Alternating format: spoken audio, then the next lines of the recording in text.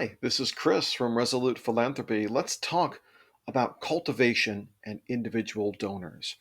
The term cultivation covers a lot of different tactics and activities, but at its heart, it's the opportunities we create to find alignment with people, to find connections, to see if our values match theirs, to learn about their philanthropic desires and goals, and to see if there's a match there.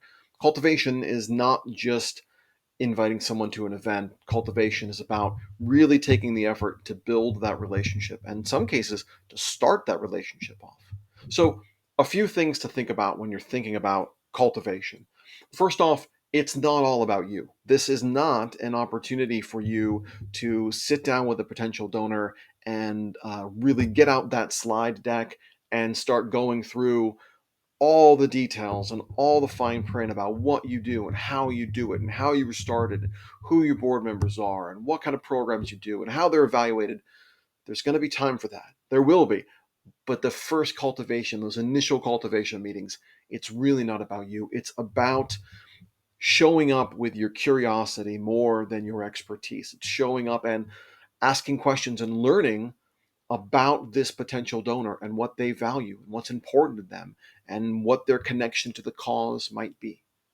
The second thing to remember is a little bit of a contradiction here. It is kind of a little bit about you, in so much that you do want to be talking about your organization. The trick is to really think about the why behind your organization, especially in those early meetings. Thinking about the why before you start talking about the how. The how is where we love to live in the nonprofit space. I love talking about the how we do this, how we do that, how we evaluate, how we adapt. But the why is where you're going to really start to lay out the case for your mission. The reason why you are doing what you do in the way you are doing it, the reason why your organization exists, because that's going to give the person you're talking to an idea of where they might fit in or if they might fit in. The third point is it's really about alignment and not capacity. Sometimes we get into the headspace when we're talking about or talking with donors and we think it's all about finding the person with the most money who can give it to us. And in the reality is it's really about alignment. First off, it's super hard unless you've got a really talented researcher and some great software and some time. It's really hard to evaluate someone's capacity to give. But more importantly, capacity doesn't equal intent.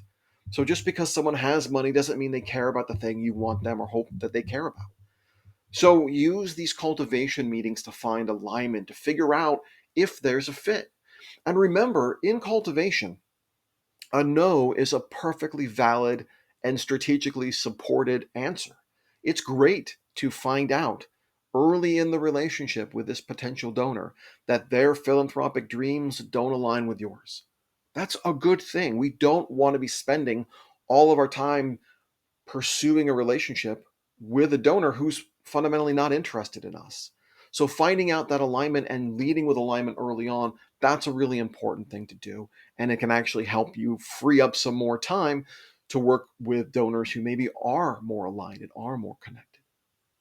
So if you'd like to learn more, and I'm sure you do, I invite you to join me for a webinar that I'm hosting on October 1st. This webinar is hosted by my friends at 1OC, and it's called Try This First, Building or Growing an Individual Giving Program. I'll put information in the comments of this video, but I hope you can join me. We're going to go into a lot more detail about how to use data for donor discovery. We're going to talk about, expand on some of these issues of the role of cultivation, and we'll also talk about stewardship and solicitation, all the bits and pieces that you need to build or grow an individual giving program. So I hope to see you there. Keep up the great work, and we'll talk to you soon. Take care. Bye-bye.